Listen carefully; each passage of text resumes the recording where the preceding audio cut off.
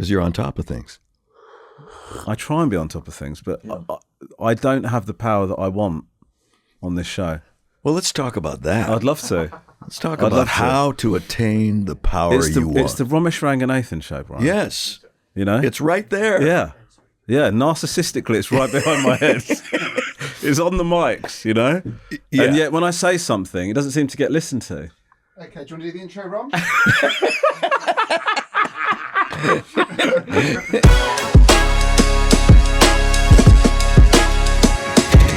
the Romesh Ranganathan Show. Oh, shut up, Romesh.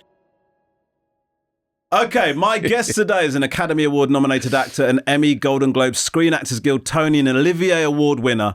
He's one of the most respected actors of our generation, able to move effortlessly between cult dramas and comedy sitcoms, whether he's treading the boards in the West End or on Broadway, starring in a Hollywood movie or making meth. He always does it with aplomb.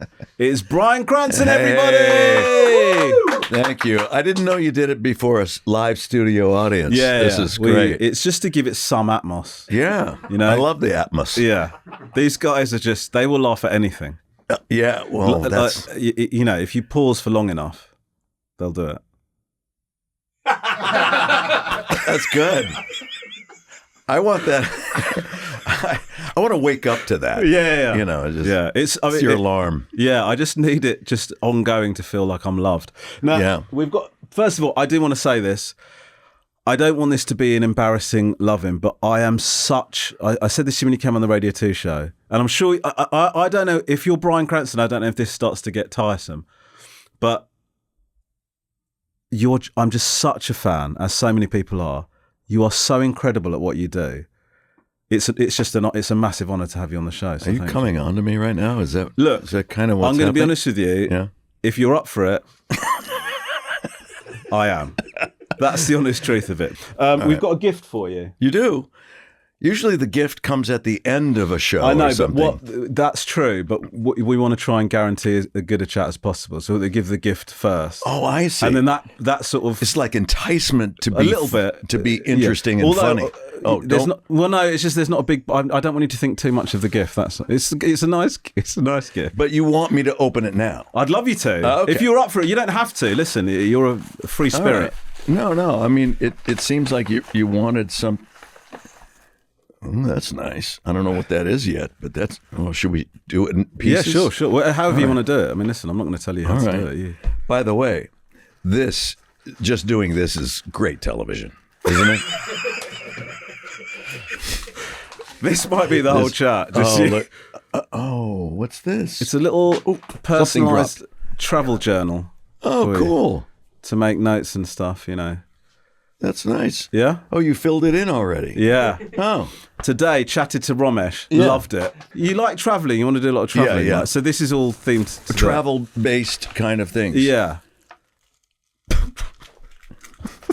Smile gifts. That's a travel survival kit. Oh, is it? Yeah. Like, how to kill a bear with your nail file. Yeah, stuff like that. Well, it's not quite that, but it's got some love heart sweets in it.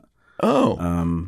It's a survival kit with sweets in it. Yeah. Because you need sugar, don't you? Sometimes you might to survive in the jungle or whatever. This is like the most useless survival gift ever given to someone. But let's take a look at it. See if you can survive if you can open it. That's the thing. That's how a lot of people have lost their lives. Actually, it's a bear. There's a bear. I need the bear spray. I need the bear spray. I can Yeah, we'll figure that out later. And I knew he was coming because there's a pair of binoculars. Wow. This is great. Is this how you spy on your neighbors as they undress? Yeah. Well, I live quite close, so. Yeah. Oh, this is cool, man. Yeah? Yeah. It's just, you often talk about how you observe people when you're preparing for a role. Yeah. I don't know if that, I mean, this doesn't feel like the best way to do it, but like say. Oh my God. You know what? You're even more handsome up close. Wow. Are those your real teeth? You got a little something stuck right in there. I can see it right there. There you go. Yeah, you got it. What do you think? That's great, man. Thank you. Will you keep those? Yeah. Yeah. Yeah. It's an annoying thing to carry, though, isn't it? You've got to go back home with. Yeah, I'll probably pack it now. Yeah. And then, in a. No, it's nice. Thank you for the gift. No It's problem. never- You're very welcome. That's lovely. Hope you enjoy it. I know you didn't like And it. it is an observational occupation, right? Yeah. When you talk about observing people's traits, how intense is that? How much are you doing that? Well, it was a lot easier before I was recognizable. Sure.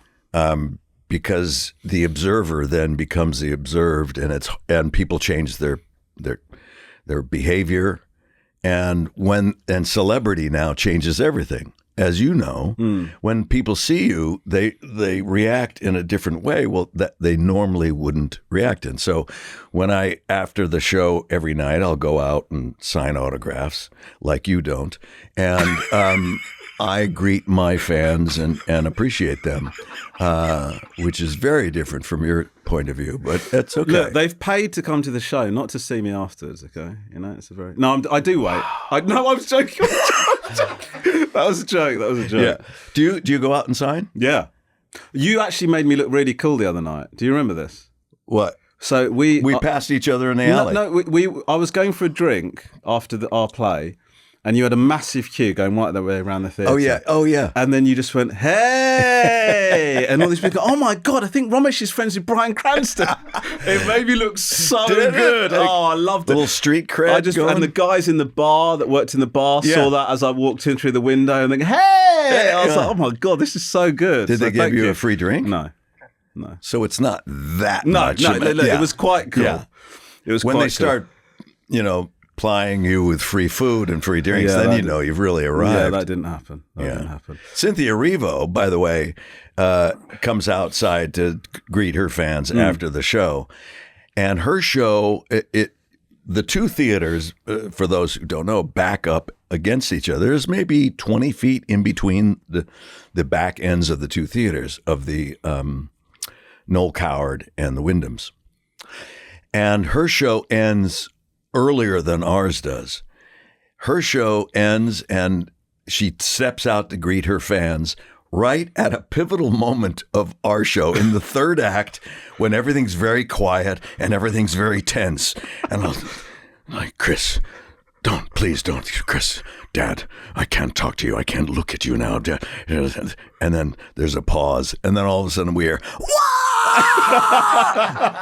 and then we try not to smile, but it's like, oh my God, Cynthia just stepped out to greet her fans. Now, what was it like? What made you come to London to do All My Sons then? It's been an incredible run, brilliantly reviewed. Oh, yeah. Amazing show, huge success. It's also going to cinemas as part of National Theatre Live from April. What kind of made you, because obviously you can do anything you want now, right?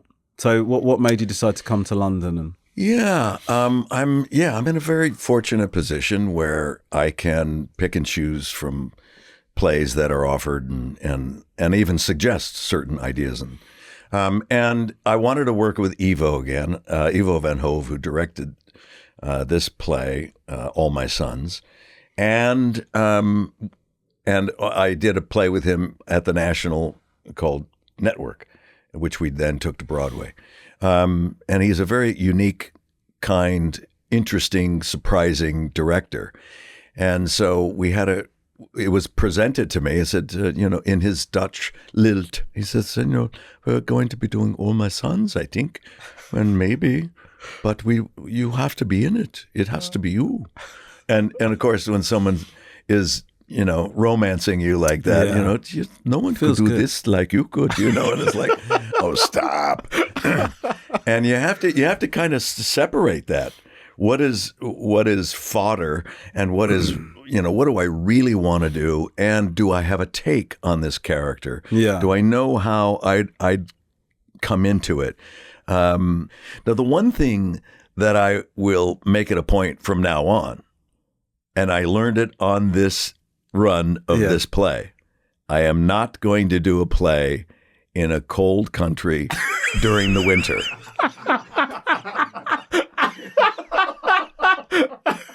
Do you know when you came, I was chatting to your wife, Robin. I Yeah. said, how's it been? And she said, the weather's been challenging. That's an optimistic outlook to it. I think so far this year we've had like 1 or 2 days of Sunshine. non-rain. Yeah, during days. matinee days mainly. Yeah, where you're inside. Yeah. We have one more week now, and 114, 115 performances, something like that. Yeah. Yeah, it's a test of endurance. Yeah. It's to do a run of a play. It's like running a marathon, not a sprint. Yeah. And I think I was mentioning that, to you. It's like you pace yourself, make sure you eat well and sleep well because Yeah, that's one of the things you said is like physically you got to look after yourself Yeah. as well. And you're right, it's hard. because it gets tough. How do you deal with being when you're well into the run and the play's really in your bones? Like you could do it without being in the room, couldn't you? It gets to a point where it's in your system so much. Yeah. You could just autopilot your way through that performance. What do you do to try and do you try and avoid that or not? I mean, what's your Of course. Yeah, that's called professionalism. Sure. I know it's foreign to you, but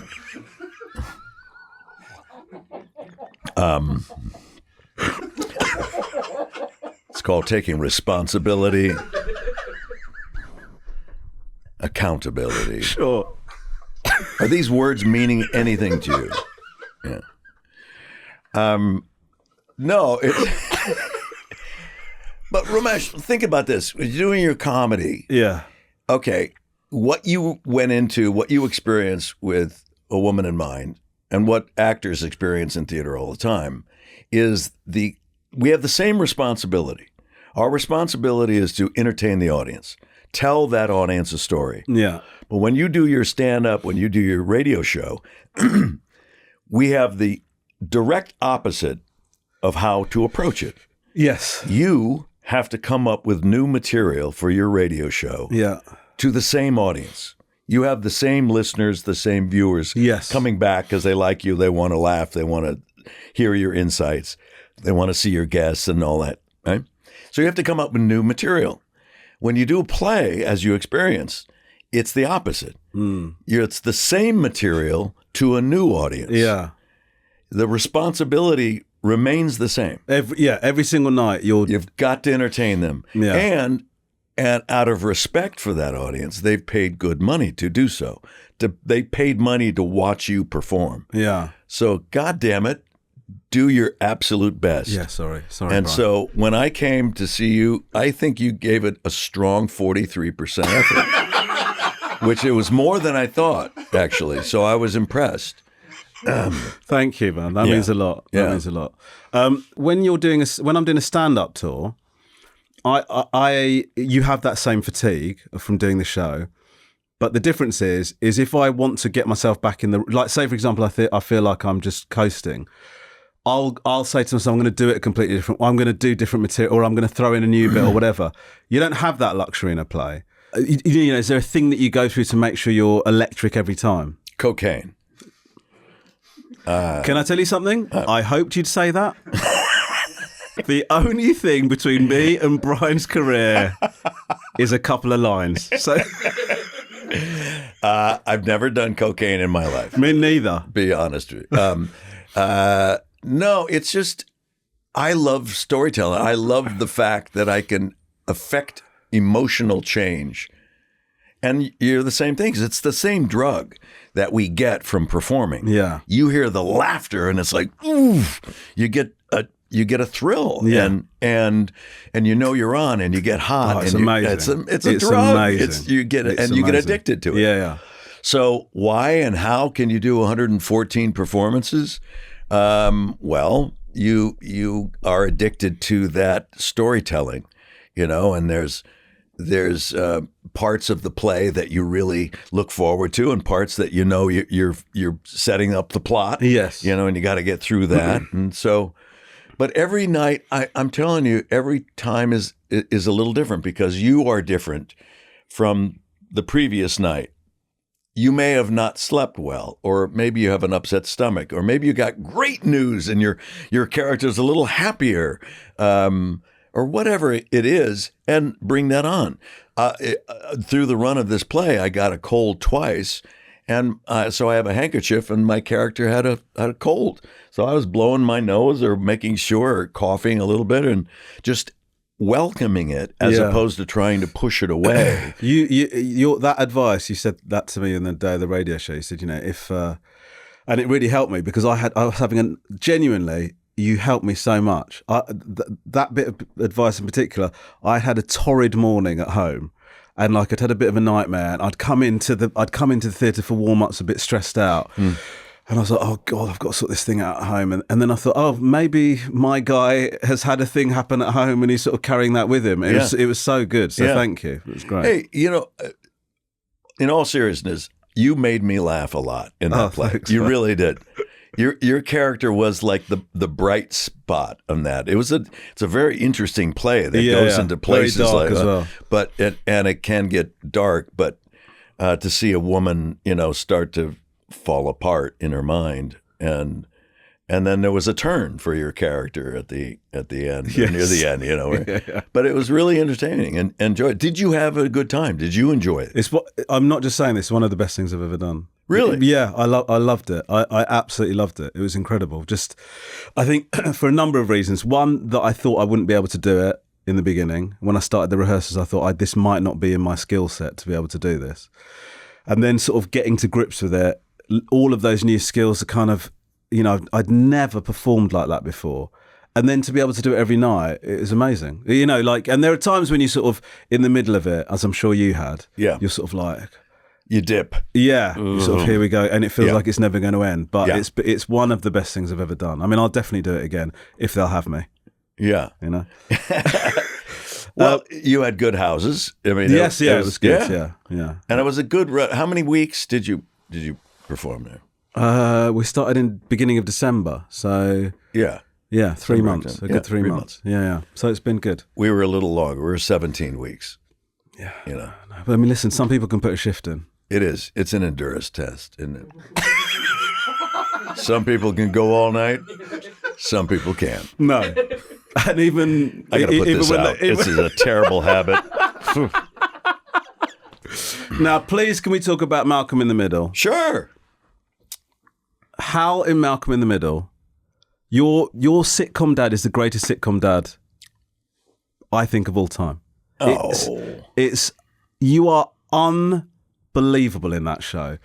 And, I don't know, so many times I will watch, and I don't know if you've seen this, there's YouTube clips of just your best moments in Malcolm. I haven't seen that. No, you can really? watch, there's like half an hour things just like quick. It's an incredible show. And it's coming back. Yeah. We have 4 new episodes that'll be on Hulu in April.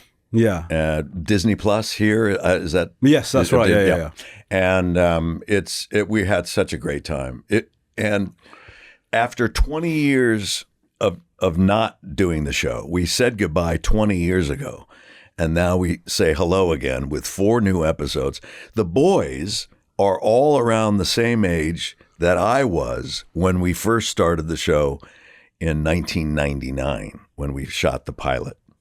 1999. Yeah. So they're grown, they've got kids of their own, and it's so good to see them. It was a great time. It was a good format too, because we're talking about Hal and Lois are celebrating their 40th anniversary. And it's now time to get everybody together to celebrate. And of course, everything goes in a very Malcolm way. But it was so much fun to shoot. And it just made me reflect on that show. We did 7 years on that show, 151 or 160 episodes, or I can't remember. And it was great fun, as you know, to go to work and to find things, little nuance things that make people laugh. I mean, that's the greatest job in the world. Well, the interesting thing about Malcolm in the Middle is some sitcom, I think, you will watch and you'll really enjoy it. You're not necessarily laughing lots and lots, but there's a comfort thing to it. You know, you want to be in the company of these characters, and they're going to have some sort of issue, but it'll be light and they'll kind of sort it out, you know? And that's what a lot of times what you come to sitcom for. Malcom in the Middle is one of those shows that it is so funny. And sometimes you're tired from laughing so much at watching that. Yeah. Did you know when you were making it, like at what point during the making of it did you think this is something, I mean, it's revered to this day. And there's very few shows that can have that said about them. The thing is that it was good. I knew it was good from reading the pilot. Right. My character was not very well fleshed out in the pilot. And Linwood Boomer even said that, the creator and writer of the show said, everybody else is we got him, but we didn't really figure him out. And so in the first episode, I was in maybe 3 scenes, and I had probably a total of 8 lines in the entire episode. And rightfully so. They had to set up the circumstances, the economic status of the family, where they went to school, and what the situation was, and the relationship between the boys and them. So they didn't really know. When Fox bought the show and said, we're going to go to series with us, this is probably something most people don't realize, is that often there's cast replacements. And Fox said, you know what? The dad is not really very good and not very funny. We're going to pick up the show, but we want to replace the dad. We want to recast my role. Where were you in your career at this point? Oh, it was, I had done Seinfeld, and I was a good working actor for many years. And I was 41 years old when I did this, when I first started. And so I had been working as an actor exclusively since I was 25 years old. Yeah. So, but I'm journeyman, doing here, doing there, doing a part in a movie or play, or doing it, and you're kind of moving around. Yeah. And I had done series before that would come on and last 3 or 4 episodes and get canceled. And, this lasted a year and then got canceled, that, and that was the life of an actor. Yeah. It's up and down and up and down. So I knew this was good, but knowing something is good has no emphasis on whether it's going to last. Yeah, sure. It just doesn't. Yeah.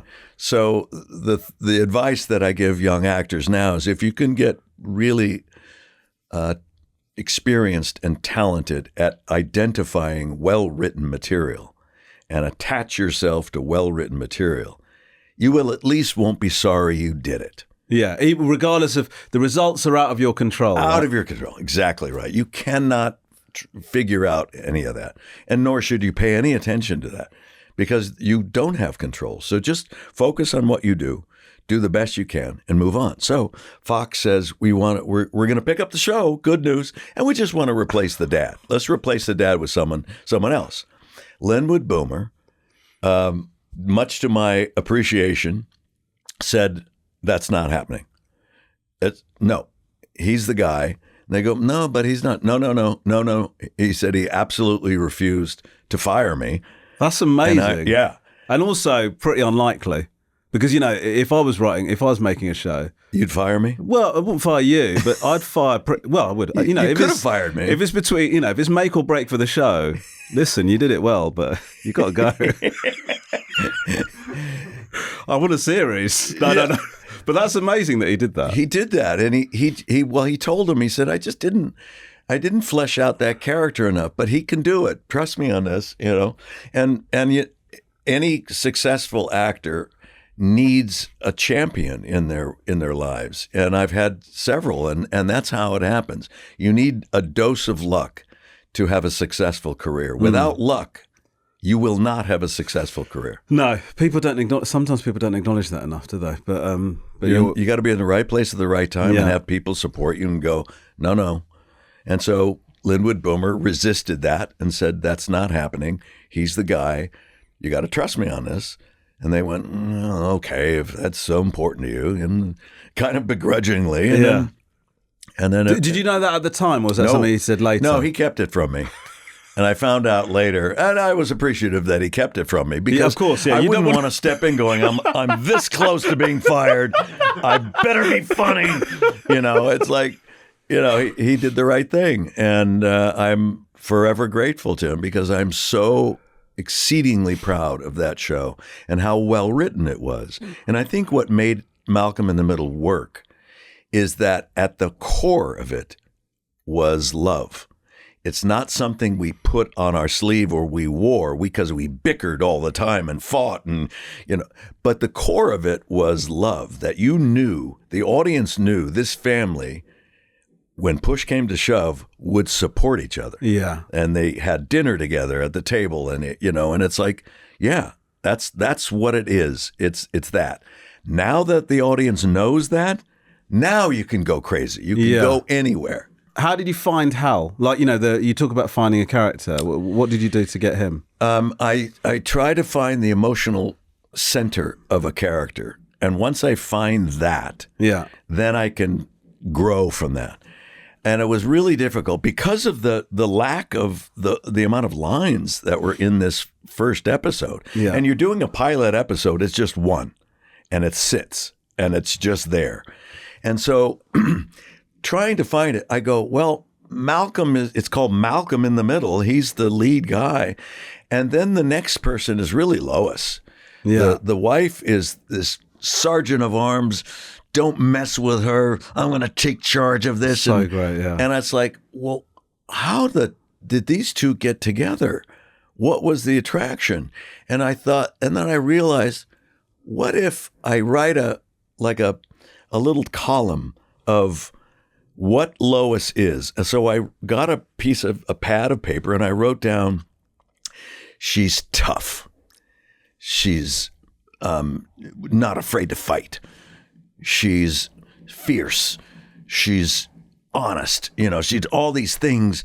And I went, so maybe, and I just wrote the opposite of what Lois was. This is just something that came to you. I'm just going to try and do this. It just kind of came to me. So I wrote Hal, and I go, tough, soft, or weak, fearless, fearful, right? It's like, so I just started doing the opposite of what I knew she was, and that's how I made this character. That's amazing. Yeah. So Hal became fearful, and it's like, oh, that's it. He's afraid.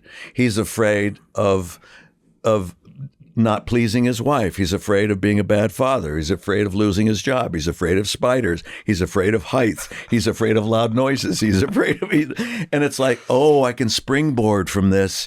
And that's where the germ of the idea started. Yeah. And I was able to then just go from there. And then they started writing to that. Like, yeah.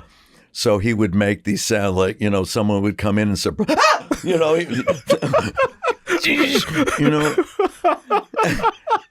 At the same time, I thought, okay, so if he's the opposite of her, like she shows that she's, like I go, what if, and softness, I'm showing, she shows she's impenetrable, he's vulnerable, he's right. And so I'm doing all these, and I go, what if he is just madly in love with her and just absolutely adores her, and that's the common foundation, and she softens to that, and she realizes she can't live without me, and I can't live without her. Yeah, that does come across because you sort of think what you're describing, those opposites. Yeah. That could be an unconvincing. It doesn't feel, it could be not a very nice relationship, right? You feel, well, how did they get together if they're so different? But the fact that they are so different, and he's just such a supporter of hers, is an incredible thing. There's an amazing scene, or amazing tiny little snippet that sort of summarizes exactly what you're talking about. I don't know if you remember it, where Hal comes into the kids' room. Lois is screaming about something, and he says, I'll give you $10 if you take this for me. I'm not going to tell you what it is. But one of you, $10 to say that it was you. He's just a little boy. And so it carried over. So once I found that, we went to wardrobe, and she's saying, "Oh, you were naked," because they had to shave me and stuff. But now wearing the clothes, going into the series, I said, I looked over and I saw all the boys' underwear in various sizes, little Dewey all the way up a little, and I go, "Oh, I should wear those too. I should wear tighty-whitey underwear." And so that's why because Hal was just a big boy, but he was a boy. He was still a boy. That was so and good. Then you transition. Then when Breaking Bad came along, and I went to the wardrobe call, and in the script, Vince Gilligan wrote, in that first pilot episode, he steps out in his tighty-whitey underwear. And I at first went, no, let's not do that. Let's not do that because, I did that for 7 years on Malcom in the Middle, and it'll be like just a carryover, but for some reason, I'm always in my underwear or naked. I'm always naked or in my underwear. Good for you, man. I respect it. Yeah, you don't want to be that. You've then set your stall out as a great comedy actor, right? And let's not even mention how great you were in Seinfeld. That's you sort of think about how hard it is to have a career as an actor. You could have quite easily, that could have been you then, right? You're doing comedy parts and being revered, and you have all the plaudits and being successful shows.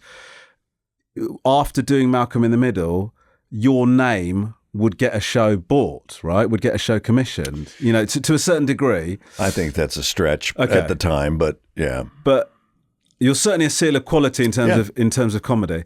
What made you then pivot in the way that you did? Was that a very deliberate thing that you thought the next thing I do or whatever I do going forward is going to be so completely far away from this? Yeah, extremely deliberate. I knew that I want a long career, and the way to extend your career and to do things that you really want to do, to pivot from comedy to drama, or for the mediums to change from television to film to theater to, you keep moving. Right. Yeah. So that no one can pigeonhole you as, Romesh just does comedy and he just does the radio. That's him.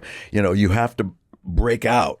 By you doing this play opens that door. It said, I didn't know he did theater. Right. And it's like, let's consider that for, and next you should do some drama.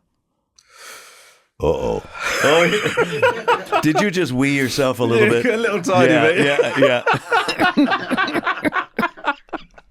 But that's why I think, when I sort of think about you going to Breaking Bad, not just a drama, but it's such a challenging part, that character. And so did you have to hold out to get that? I mean, were those parts coming to you, or did you have to wait for it? No, what happens naturally is that whatever you happen to reach some measure of success now becomes your hallmark. Sure. It's like, Romesh is the comedy guy, so you have to keep breaking that image so that you have opportunity to do other things.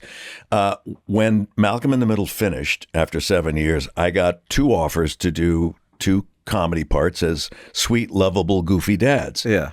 And I was in no way tempted to even read the script because I said, really? I would just be derivative of myself. Sure. Because at this moment, that's what I've been doing for 7 years. I need a break to get some kind of change to myself and age so that I don't do the same thing. No, drama. I'm looking for drama only. And that. So you told your agent and all your people? Yeah, they all knew. It's like we're drama. And I was offered a drama called Nurses, which was about a bunch of randy nurses and doctors in a hospital, and I was the head doctor, I guess. He was having sex with people in the. I mean, it was, if I just wanted to make out with a girl, that would be a great role to take. But it was everybody's having sex. It was like like Grey's Anatomy, but really sexed up. I mean, much higher. And I thought, wow, this is wild. And I go, I don't want to do this. It's an offer, but this is not the role for me. And what I really want to do is that role that Vince Gilligan wrote called Breaking Bad. Before Malcolm in the Middle, I did a guest star role on The X-Files that he wrote. He was on The X-Files and he wrote it. And he wrote this character that I played to be this horrible, despicable, racist, anti-Semitic human being that is just awful. And for some reason, David Duchovny was in a position to be able to save me or let me die. And the audience would normally see my character written as very nice and sweet, so that the star of the show would want to save me. I want to save this man because he's a lovely man. And the audience would go, yeah, that's nice. The star would want to save the lovely man. And they would passively watch that happen. That's not Vince Gilligan. Vince Gilligan makes that character a horrible human being so that it puts an emotional and ethical question in the heart of his lead character, his star. Do I save this man just because he's a human being? That changes everything. Yeah. He would love to see me just get out and go. I would love to see you just die because you're a horrible person, but he can't do it. So he empowers his lead character with this choice. Do I save this man or do I not? His character won't allow him to not save this man. Right. And that's the difference. So that's when you take that kind of twist into it. And that's what all of Breaking Bad was. When the audience goes, oh, he's that? Oh, this poor school teacher who's down on his luck and has to have a second job, and he's got a special needs son, and his wife is pregnant, and he's lonely, and now he's got terminal cancer. Oh my God, this poor bastard! I'm rooting for you, and he gets the audience on board, right? And now you're on board. Now I'm going to take you for a ride, and we take him for a ride, and we start testing him. What if I did this? Would that be okay? Yeah, that's okay. What if I made crystal methamphetamine because I know I'm dying? Would you still, the audience, be with me? Well, yeah, because I know you're dying and you're going to, support your family when you're gone. Okay. What if I did that? What if I pushed it a little more and pushed it a little more and a little more? And then there's an inflection point when the audience goes, oh, I can't take Walter White anymore. I'm switching my allegiance, and I hate him, and I hope Hank finds him, and I hope this happens, and I'm still with him. I'm still with him. I meet fans all the time that I never lost faith in you. They said I was with your character all the way, to which I say to them, what the hell is wrong with you? I did some horrible things. Yeah. And he changed physically, emotionally. His ethical line was blurred and moved. It was fungible. And then all of a sudden, at the end, when he wants to see his wife one last time, and she's, oh, don't you dare say that you did it for the family. And he says, no, I did it for me. And I was good at it.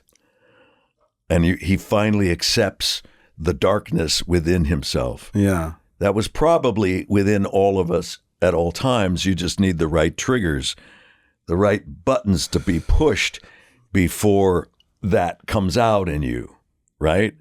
I think we're capable of lightness and darkness. Yes. Yeah. The idea of good and bad people feels like a fallacy, right? It's nature and nurture. Yeah. I mean, it depends on how you were raised and your education level and the parental guidance and all that stuff.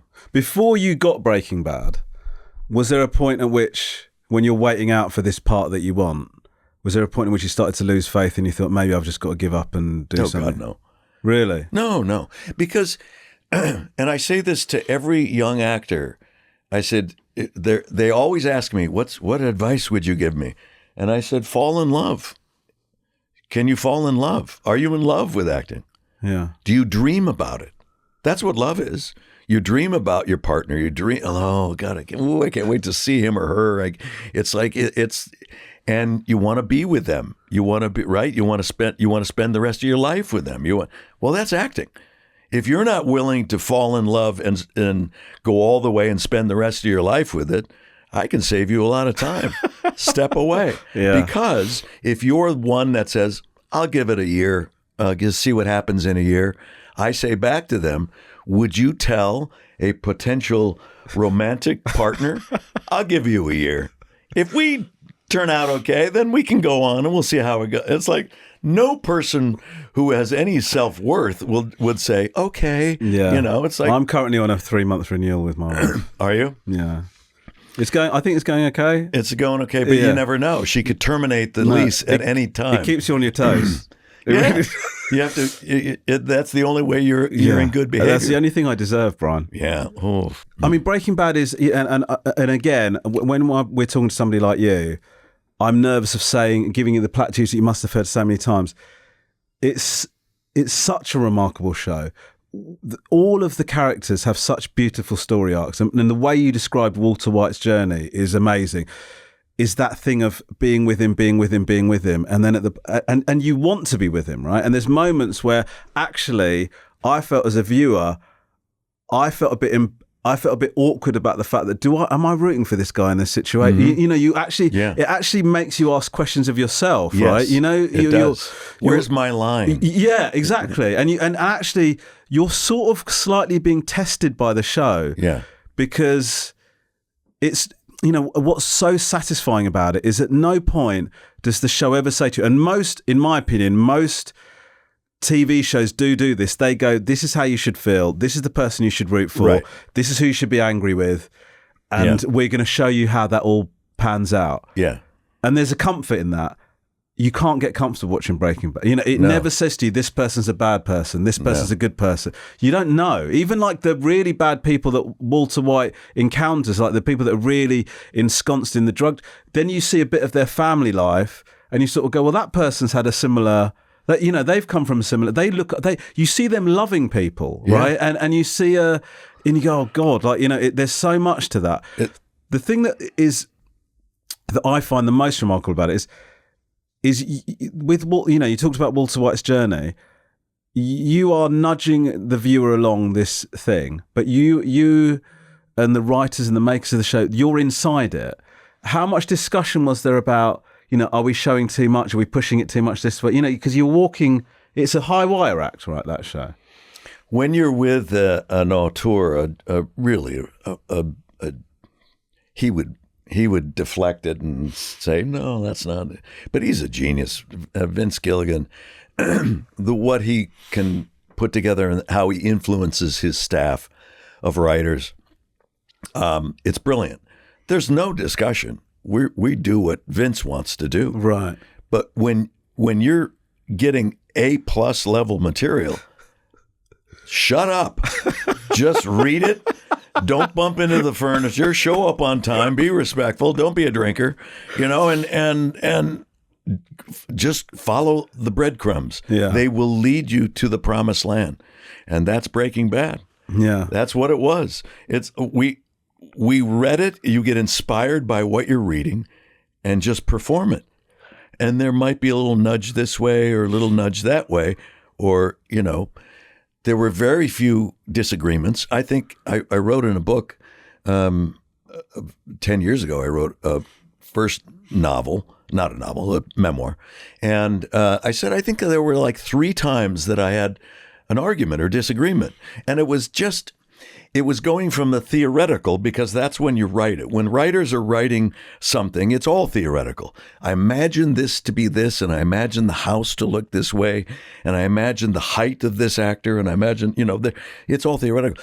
When you actually shoot it, now it's real.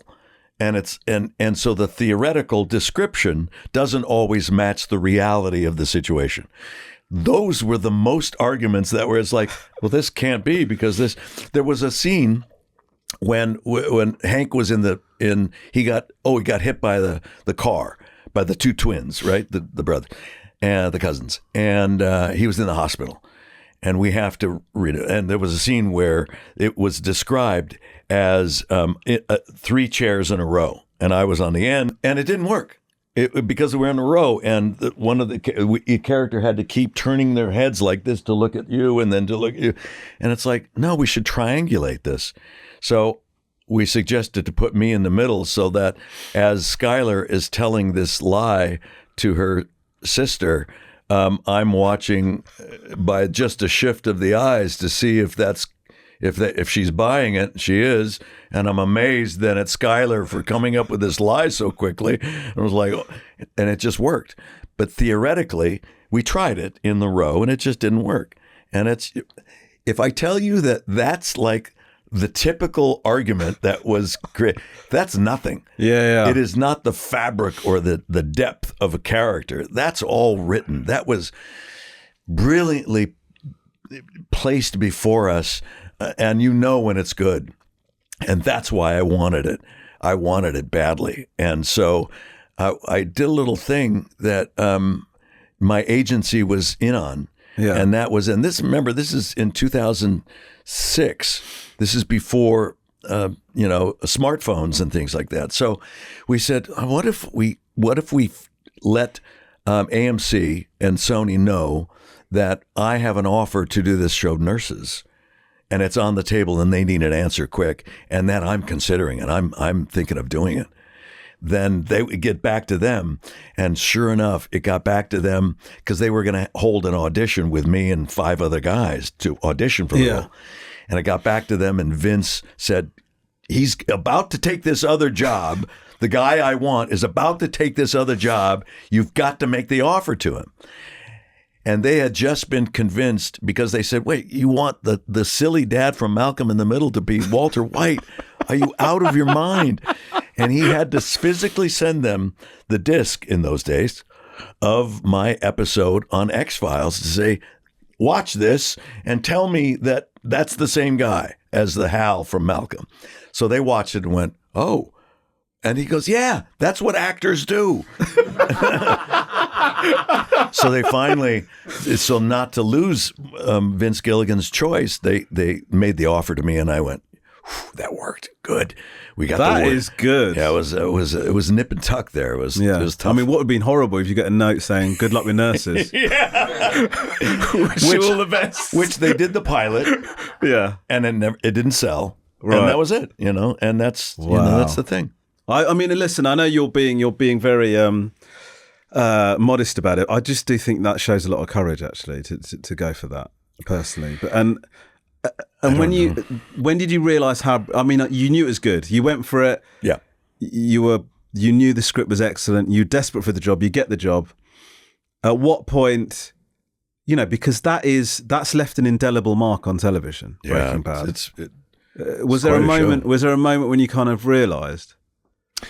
Yes. Well, there are 2 moments. There was a moment when I realized, wait, people are starting to watch this show. We were a little show shooting in the desert of New Mexico, and no one knew us, really. But we had great critical acclaim, but there was not many people watching because they couldn't find it. Yeah. It was on a cable channel that people were trying to find. And when I noticed it was starting, it's when you're driving to a location, a film location, there are signs that the location managers and staff put up on telephone poles and things like that. Breaking Bad with an arrow. Oh, I'm supposed to turn here. Because this is before GPS, and it's like, oh, I'm supposed to turn here. Oh, and there's another arrow going that way. Oh, and here's the parking lot. Here's where I'm supposed to go. When those signs started to be stolen, I started going, why would someone steal a sign with an arrow? And because it had Breaking Bad on it. And then they switched to BRBA with an arrow. And those signs started to get stolen. And I went, what's happening here? Why are they? There must be a reason.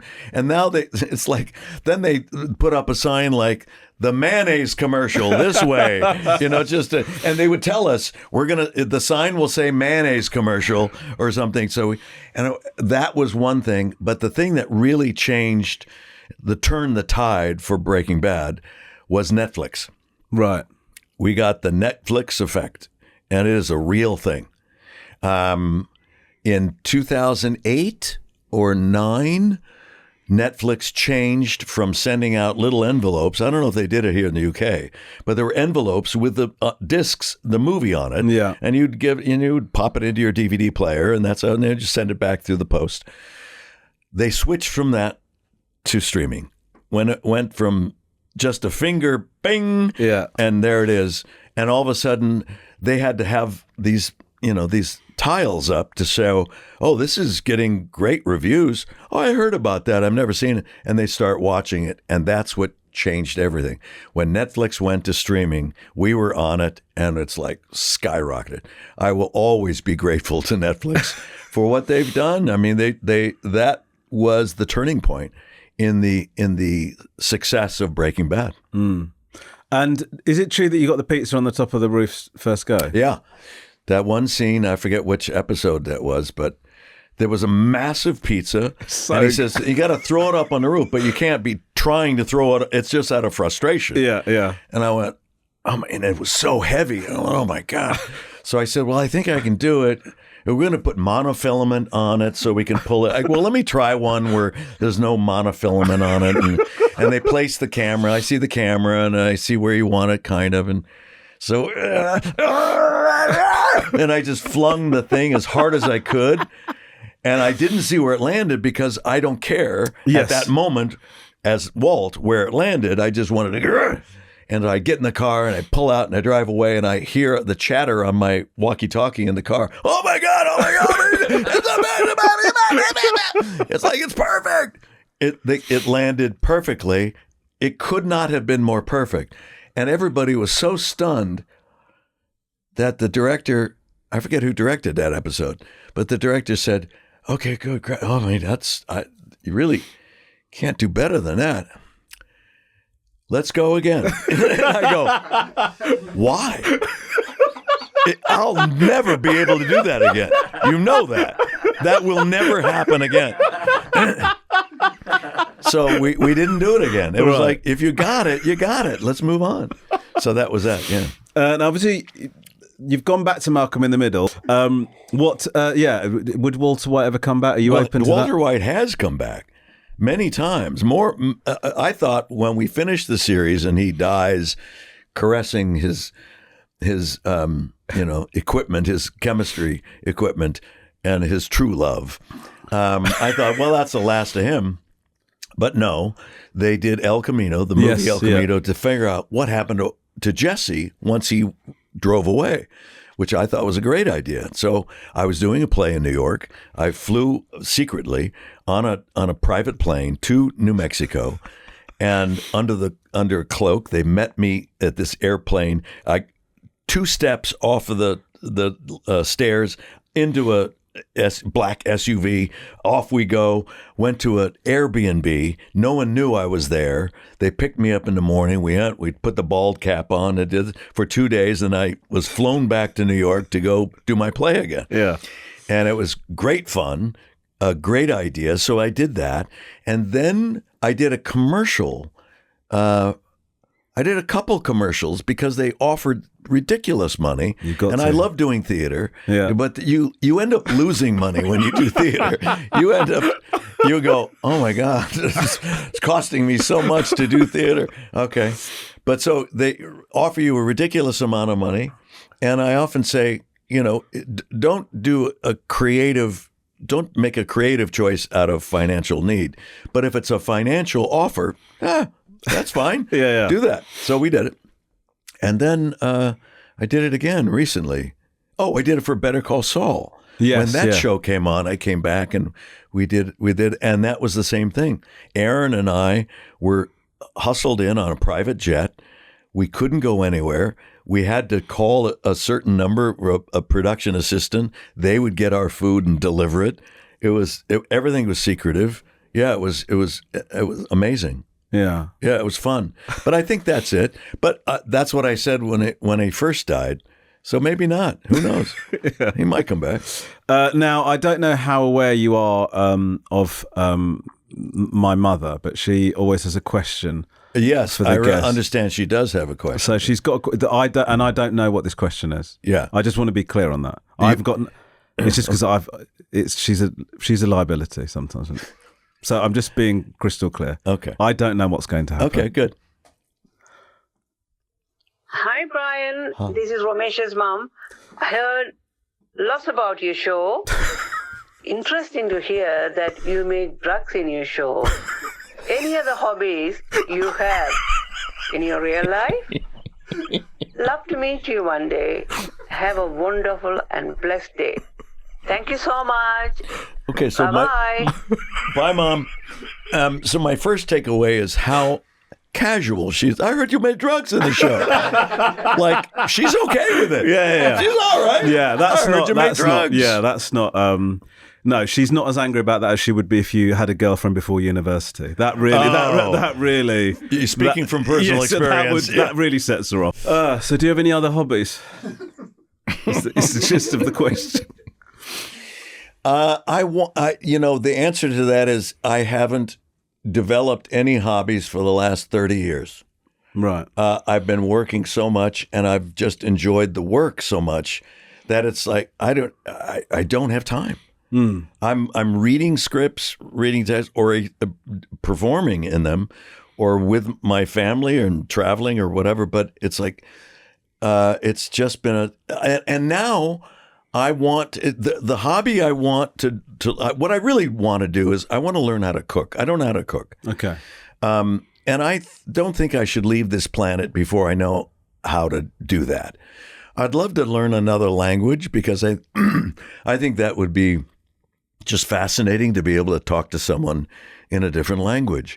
So and I play a little bit of the drums, but not to an extent where I would feel comfortable sitting in and jamming with someone. It's like, no. I just do it for my own thing. But so I think I'd like to stretch and grow in that area and do those things. Yeah, it's cool to, I think learning something new, just whatever it is, is nice, right? Yeah. I mean, I think that's the goal in any lifespan. Yeah. If you stop learning something new, you start to die. Yeah. And the older you get, the more courage you need to accept that you have to keep opening up. Like the CEO of a major corporation, a 65-year-old man who voluntarily says, I don't know how to snowboard, so I'm going to have this 17-year-old boy teach me. He's now my teacher, and I'm opening up to not knowing. And that's great. There's a technique called the Alexander technique that a lot of artists use, and it goes something. I'm probably paraphrasing it, but I use it a lot to keep myself open. And it said, if you only do what you know, you will never do what you don't know. Yeah, and that's a simple phraseology but it's true that if this is the pattern, this is what I do, this is what I do. And the older you get, you have a tendency to close that up even more. And you start disregarding things that you might not think you're into. Like new music or new art or that's not what I was raised with. That's that's the new clothes. I don't know. I don't need that. Keep it out, keep it simple. And you have a tendency to keep your routine the same. And that's when you start to die. I need to learn the piano or something. Now, can I talk to you about AI a little bit? Sure. Now, you've spoken quite publicly about this and your feelings towards it. And you had your image used in AI-generated videos. It continues to do. That is something that, I think that it feels like it's something we're all battling with right now, and people don't really know what's going to happen and what the limits are. And when I say limits, I mean moral limits as well as technological limits. What's your kind of current take on it? How are you feeling about it right now? It's a tool. Yeah. when the hammer was first created, whenever that was, I'm sure people are, what is this? You have a stone connected to a stick, and you're hitting, but that seems to work.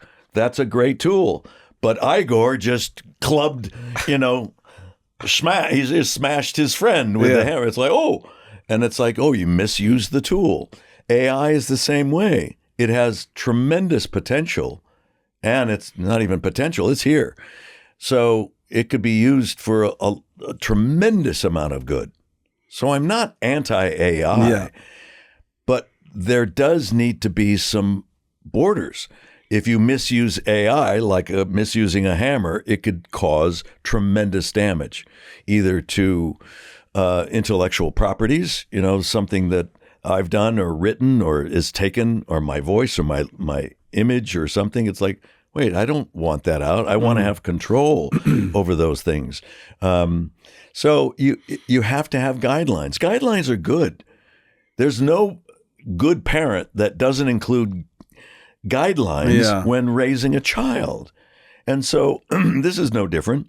You have to set it up to say, well, let's put it within here, because if you go outside these lines, that's really dangerous. And then it's unwieldy and you can't control it.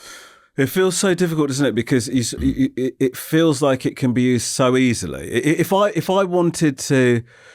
wanted to make a video of you saying something that sits in direct opposition with how you feel on something, that can be done fairly easily. Yeah. And some people would, there's people that feel like they can sniff it out. And sometimes when you really look at something, you go, clearly this isn't the guy. But when say, for example, you're scrolling on that as you go through as you're consuming a load of stuff on social media, you don't have the same level of scrutiny. It feels difficult to see how that's going to be properly kind of regulated. Right? It's like letting the genie out of the bottle and trying to put him back in. It's going to be impossible. And what you were saying about at the current state of the quality of the technology, if you really look at it, you can see it. That's getting better. Yeah. And pretty soon you will not be able to tell. Well, the metric is Will Smith eating spaghetti, right? Or meatballs or whatever. Is that what it is? Yeah. Yeah. So like they showed it from like a few years ago and it looked so crazy. Wanky. And yeah. And then every couple of years they do. And now, I mean, he's eating spaghetti. I think they might have just got him in there. Yeah. It's mad. Okay, we've got a little game for you now. Okay. It's called Misquoted. And the good news about this game is it means that we're coming to the end of in case you're starting to get fatigued. That's great news.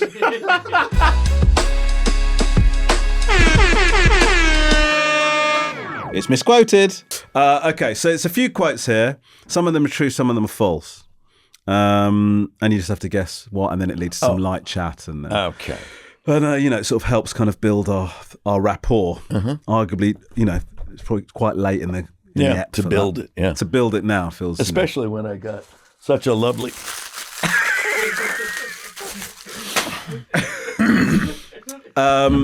So here's your first one. I love playing pompous asses. Asses. My British accent's right. I love playing pompous asses. Did you say that or did you not? Oh, I see. Sorry, yeah. I didn't quite catch on to the game. I'm supposed to say whether I said it or not? Yeah, these are all your quotes, sorry. I think it's probably true. It is true. You said it to the AV Club website. Okay. I love playing pompous asses. I think I would like that on my tombstone. He was the definitive pompous ass. That's pretty funny. Yeah, I didn't realize. Once in a while, I can get one in there. I want to do a Broadway musical because I got rhythm and I got music. Okay, I didn't say that. Now, the first part is true. That's right. Yes. Very good. But the second part is not true. Yeah, I want to do a Broadway musical. This is Deadline a few years ago. Yeah. I want to do a Broadway musical because it scares the daylights out of me. Yeah, that's true. Have you not done it? Have you? No, I've never done it. But that's what it is. It's like, okay, here we are coming to the end of the line. I'm 70 years old. And, it may be 20 years. Do I have 20 good years left? You asking me? Well, let's be realistic. Yeah. I'll be 90 years old, dude. But you look like you got it in the tank. Look at you. Come on, man. Come on. Hey, come on. No, but realistically, it's like that. If you can get to 90, hey, good on you. Yeah. But so I've got 20, maybe 15 years of good years. All 30? Oh man, I don't know what you're. Yeah, I mean, maybe AI will help this old man get to 105 or whatever. Yeah. But you think you might do it? Like, what's your musical chops? I'm a baritone, Right. and it's like characters like Javert in Les Mis or something like that are appealing to me. But I don't want to just step in and do that. Playing the king in Hamilton or something sounds like it would be fun to do. Yeah. But that would be. I mean, if I went to watch Hamilton, and you came out as I would lose my mind. Yeah, that part's incredible. It's right? a great role. Oh my god, Jonathan Groff did it. Yeah, wonderful. So good. Yeah. Okay, here's your next one. Yep. You're not alive if it's not affecting you. I didn't say that. Well, okay. I mean, I'm going to be honest with you. Slightly unfair. It's talking about fame. You said in an interview, "You're not alive if it's not affecting you." Then I did say that. Yeah, you did. Yeah, you did. How do you? No, well done. Can we just snip that out? Let's just pretend let's. Yeah, you're not alive if it's not affecting you. Did you say that? Oh yes, I did say that. Yes, I did say that. How do you feel about? I mean, you're super famous. I don't know if I'm super famous. You're one of the Cynthia Erivo cannot go anywhere. Well, I'll tell you this. When I said that we had you on the podcast, without fail, you say you got Bryan Cranston on the podcast. Oh my goodness. Well done. Really? Yeah. Oh, that's nice. That doesn't happen for many people. Oh. If people say, I've got Romesh Ranganathan on the podcast, I go, yeah, makes sense. He's doing everything. Yeah. Have you? Yeah. Why? Stuff like that. So that's you're doing well. Oh, well, that's nice. But one of the things that's amazing about you is that, I've done it a bit on this chat, but people are coming up to you and they almost can't process all of the things they want to say to you, you're very good at dealing with that. How do you find sort of being on the other side of that? Do you find it challenging? There has, over the course of 25 years or whatever that I took acting classes, not one of them taught you how to be famous or how to behave yourself as a celebrity. So it's one of those things like, it's kind of like being a father for the first time, where you go, oh my God. And you have all these emotions and feelings and how do I do this? And let's see what I remember, what, I saw my older brother do or whatever, and you kind of just have to wing it and get used to it. And there are certain ways to deal with it. I choose to go out and greet everybody who comes to my plays personally, because a couple reasons. I want them to keep coming to theater, live theater. That's an important thing for me. Such a great reason. And I especially when they're young. When I meet young people and they're going, "Oh, I'm a big fan of you. I've never been to a play." I met a middle-aged couple that this was the first play they had ever been to. Middle-aged. They're well into their 40s, probably late 40s. Yeah. First play ever. And I went, wow. And I said, this is fantastic. Will you come again? Yeah, we had such a great time. Oh, good. But mostly it's with the younger generation, because we who are in the theater community need to get fresh blood in, fresh stories from all walks of life, and to convince them, whether you're an actor or writer, director, producer, is we want to hear your story. Tell me your story. Tell it well, and we'll come. I want to see it. I want to experience that. And so that's why I do it. But it's interesting when they say, I will have people I'm taking a picture next to, and I could feel them shaking, and they're going, I don't. I go, just breathe. It's okay. Just breathe. You're all right. Yeah. You're all right. And then I just can't believe I'm talking. And it reminds me, it's like, what a wild journey I'm on. That some woman or man is saying, I can't believe I'm talking to you. I forget, and then I'm reminded to it, and I forget, and I'm reminded again. So it's, you try to live as normal a life as you possibly can in this very abnormal environment. Yeah, it's tricky, isn't it? I think you have to. Obviously, I'm not talking from any level of experience the same as yours, but I do feel like you have to forgive however the other person acts and when they're meeting you, because Absolutely. they've got adrenaline going. That's right. They can't be. You sort of can't hold them accountable for what they say. Right? It's a high level of tolerance. Yes, yeah, absolutely. It's like some people, they'll come in, they'll show me, they'll say, you got to see something. Yeah. Right? And they'll pull up their sleeve. Yeah. Or lift up their shirt and there's a tattoo of Walter White on their chest or something. And I look at it and I go, oh, and then I'll yell out to the rest of the people online. Yeah. I'll go, hey, how many of you have a tattoo of me, huh? You're no fans, and it's just something It's to nice, keep it yeah. alive and light and have fun. Okay. If you're a celebrity, you're being touted here and there, and your partner kind of holds on to the tail. That's probably true. You said that to the Gentleman's Journal, Oh, yeah. 2025. Yeah. It's an interesting thing. When my wife and I met 40 years ago on a TV show, she was an actor, and she was working more than I was. And it was a nice balance because she would work, I would work, she would work, I would work. And whenever she was working, I enjoyed picking up all the responsibilities that she took for housework and stuff.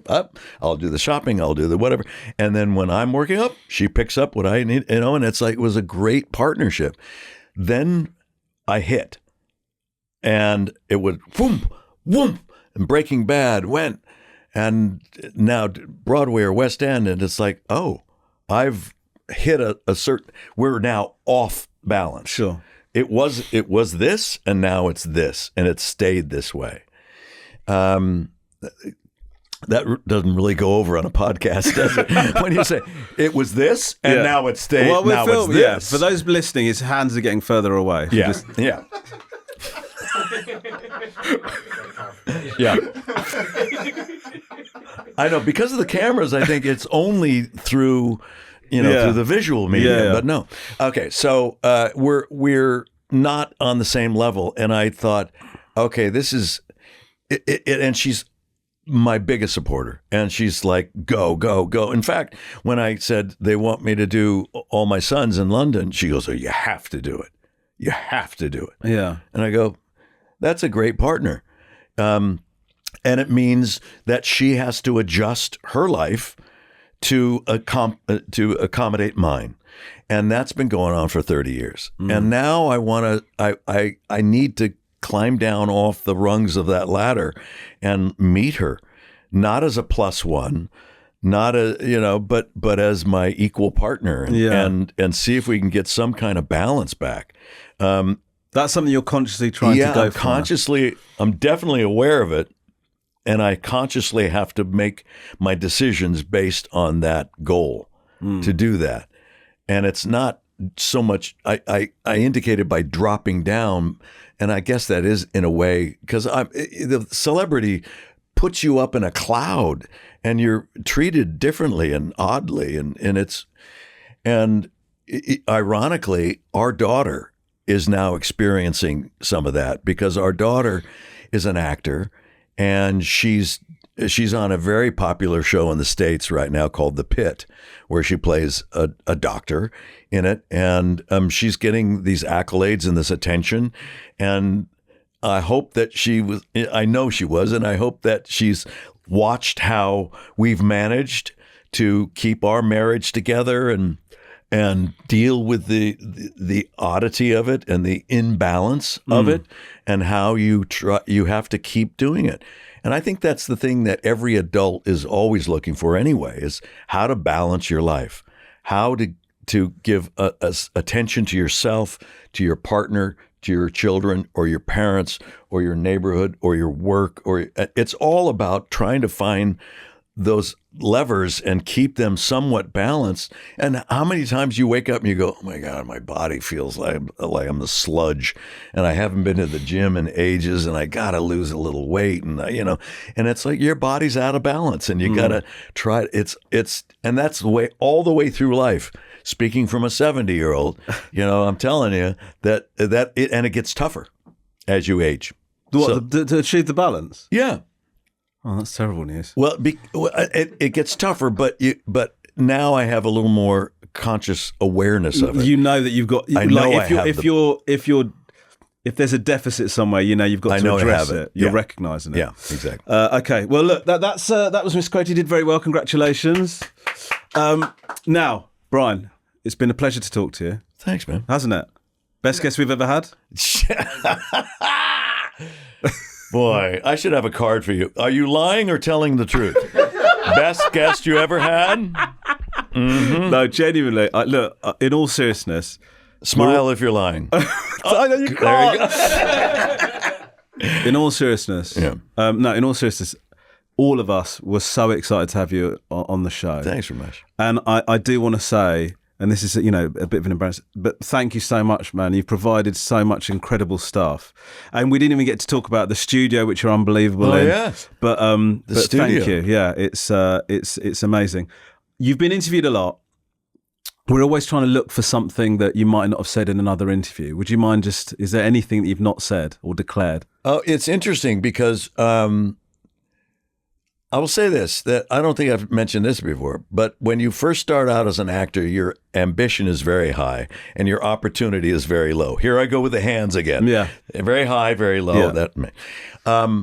If you get very lucky, that opportunity skyrockets, often past the level of your ambition. Sure. And so you're like, oh my God, offer. And now you're dealing with this something that's exciting and you don't have to audition anymore. They're offering you, oh my God. And you're reading it. What's the best one of these? And what about that? And it's like, great. But then you can keep busy and you get on like a hamster wheel and you just start working and working and working. And that's something that, again, it's about seeking balance. When I stop to think about it, to answer your question, it's like there are a couple things like that Broadway musical I want to do, whether here West End or Broadway.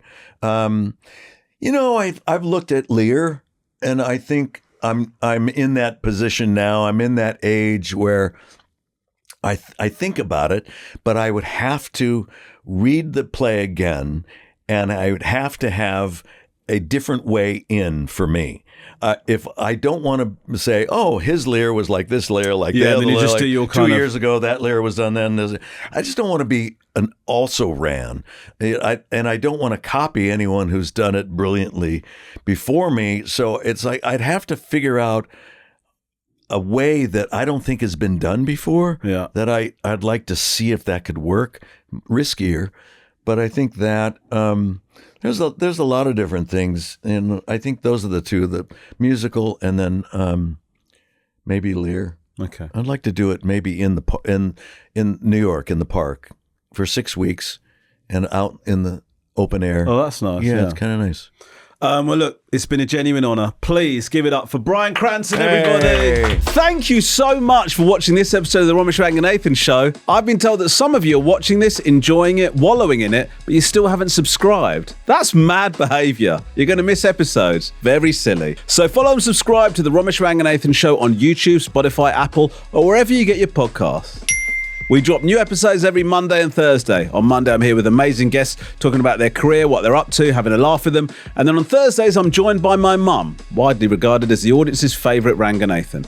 And we answer your questions, your stories, and your family dilemmas. So I'll see you on Thursday when I'm back here with my mum, Shanthi. Send your questions and stories to podcast@rangaby.com. Voice note or text on 07731 623 355. We genuinely love hearing from you, and there's a good chance you'll hear yourself on the show.